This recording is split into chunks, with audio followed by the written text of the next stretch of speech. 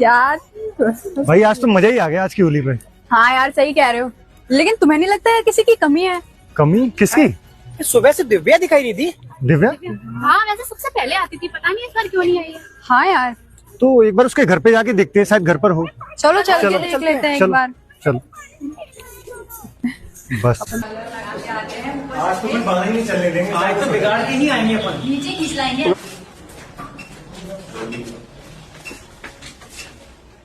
हाँ पर ये होली का काफी दिनों से वेट कर रहा था। हाँ यार, सही कह रहे हो।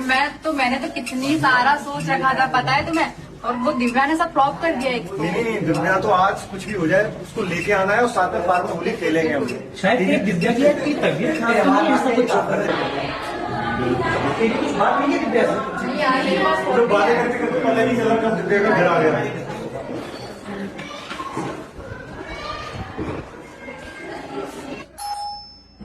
दिव्या, देखना बेटा बाहर कौन है। हाँ माँ आई।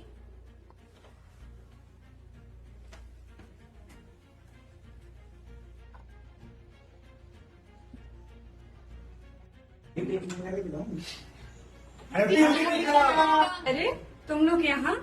हम सब यहाँ रंग में लेटे पिटे घूम रहे हैं और तू यहाँ क्या कर रही है? तू नीचे क्यों नहीं आई? हाँ बताती हूँ, अंदर तो आओ, पहले बैठो तो आके।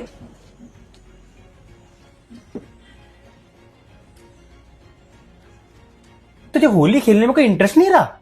देखो दोस्तों, ये होली की मस्ती तो ठीक है, लेकिन मैंने एक नई राह पकड़ ली है। कैसी रहा? मैंने संत रामपाल जी महाराज जी का सत्संग सुना था, जिसको सुनकर मेरी सोच बहुत बदल गई। जिसमें मैंने जाना कि ये बाहरी रंगों की होली से काफी ज्यादा अच्छी और समझदारी वाली होती है, आत्मा को पवित्र करने वाली होली। ये तो पहली बार सुन रहे हैं, लेकिन इससे होली का क्या लेना देना है यार? देखो, हमने प्रहलाद जी की कथा तो सुन रखी है, सभी ने सुनी है, लेकिन उससे जो सही शिक्षा लेने वाली चीज है वो ये है कि हमें भक्ति की राह पर चलना चाहिए।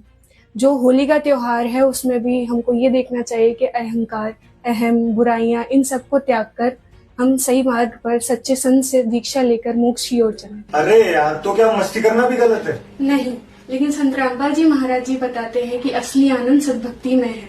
ये जो बाहर की खुशी होती है वो क्षण भर की होती है, लेकिन जो सच्चा ज्ञान है, सद्भक्ति है, इससे मनुष्य जीवन भी सार्थक बनता है।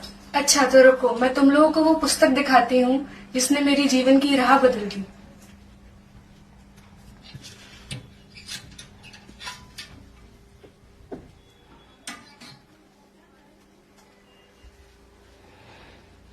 ये है वो पुस्तक। इसमें ऐसा क्या लिखा है? इसमें बताया गया है कि जन्म और मृत्यु के बंधन से कैसे मुक्त हुआ जाए।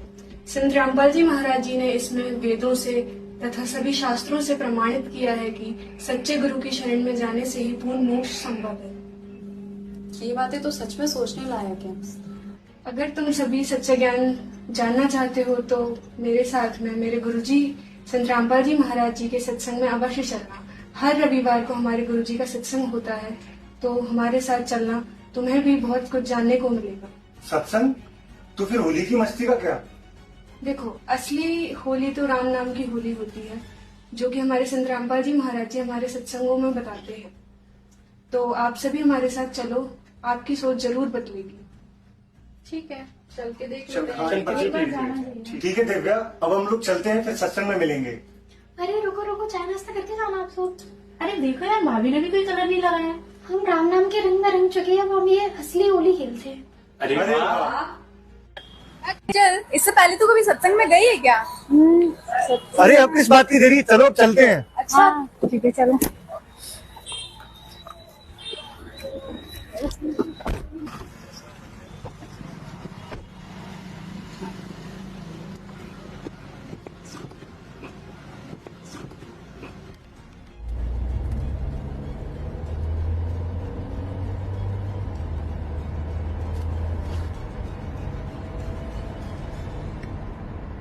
देखो पुण्यात्मा, हमारे कई प्रकार के पाप हमने इकट्ठे कर रखे हैं। जैसे एक दास ने एक वाणी बोली थी भगवान की कि मानत ना मन मोरा साधो, मानत ना मन मोरा रे। और बार बार मैं ये समझाऊं, जग में जीवन थोड़ा रे। फिर क्या बताते हैं कि शरण पड़े को गुरु संभाल, जान का बालक भोरा रे। और कहे कबीर तुम चरण चित राखो जो सुई में डोरा रे। जैसे कोई बालक छोटा सा होता है, 5-4 महीने का, 7-8 महीने का, 9 महीने का बच्चा, वो पालने में सुला रखा होता, माता काम लग जाती है अपने घर के काम में। थोड़ी सी देर में वो रोने लगता है तो देख उसको पता लग जाता माता को, या तो ये भूखा हो गया या इसने टट्टी पेशाब कर लिया। तो जाकर देखती है तो टट्टी पेशाब करके और सारे कपड़ों को भी खराब कर रखा है, अपने पैर पूर भी खराब कर रखे हैं, हाथ हूथ भी लगा रखा है, टट्टी लगी उसके हाथों के। तो उस माता को वो बच्चा बुरा नहीं लगता, वो उसको उठाती है और नवाती है, खूब साफ करती है, उसके कपड़े धोती है, नए कपड़े पहनाती है, फिर लाड करती है, सीने से लगाती है। उसको मालूम है कि बालक है, इसको पता नहीं, इस अनजान है ये, ऐसे सारा दोना टट्टी में सना पड़ा है, तो उसको बुरा नहीं लगता। माता को पता है, सब पता नहीं। तो इसी प्रकार आप जब यहां आए हो, इस कलयुग में पहुंच चुके हो, आप इतने पाप कर्मों से सन गए हो और आपको पता नहीं कितने पाप कर लिए, जैसे उस बालक ने कर लिए, उसको पता ही नहीं। तू ये गगन मंडल में गुमट है रंग होरी हो, जहां श्वेत ध्वजा फर्राही राम रंग होरी हो। आदरणीय गरीबदास साहिब जी बताते हैं हम कौन सी होली खेलते हैं भाई। गगन मंडल में गुमट है रंग होरी हो, जहां श्वेत ध्वजा फर्रावे राम रंग होरी हो। सतलोक में अरसकुर पर श्वेत गुमट है, जहां सतगुरु का डेरा। जैसे आपने ऋग्वेद मंडल नंबर 9 सूक्त 96 के मंत्र 18 में आपको दिखाया कि वो परमात्मा उस तीसरे मुक्ति धाम सतलोक में रहता है, और वहां एक बहुत सुंदर सफेद गुम्मट के अंदर गुम्बज उसमें रहता है, बहुत बड़े गुम्बज में। उसका यही आप गरीबदास जी कह रहे हैं गुम्मट। गगन मंडल में गुम्मट है रंग होरी हो, जहां श्वेत ध्वजा फर्रावे राम रंग होरी हो। उसके ऊपर सफेद ध्वजा परमात्मा का झंडा फहरा रहा है। इनसे मिलो, ये मेरे भगत भाई बहन हैं।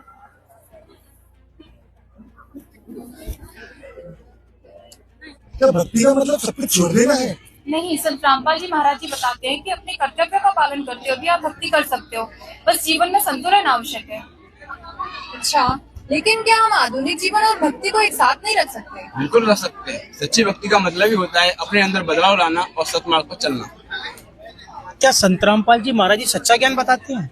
हाँ, केवल एक संत रामपाल जी महाराज जी ही हैं जिन्होंने वेदों व शास्त्रों से प्रमाणित ज्ञान की पुष्टि की है।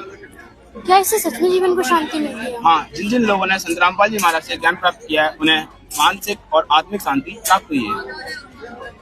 क्या बिना गुरु के मोक्ष पा सकते हैं? नहीं, संत रामपाल जी महाराज जी बताते हैं कि जो प्रमाणित सद्गुरु होता है वही मोक्ष का मार्ग प्रदान कर सकता है। अब समझे कि होली का असली मतलब क्या है? हाँ, अब समझ में आई। अच्छा, लेकिन एक वादा करो कि आगे से तुम सब संत रामपाल जी महाराज जी का सत्संग अवश्य सुनो। पक्का वादा। दोस्तों, हम लोगों ने तो सोच लिया है संत रामपाल जी महाराज से नाम दीक्षा लेने के लिए। आप लोग कब लेंगे? जल्दी करें, कहीं देर ना हो जाए।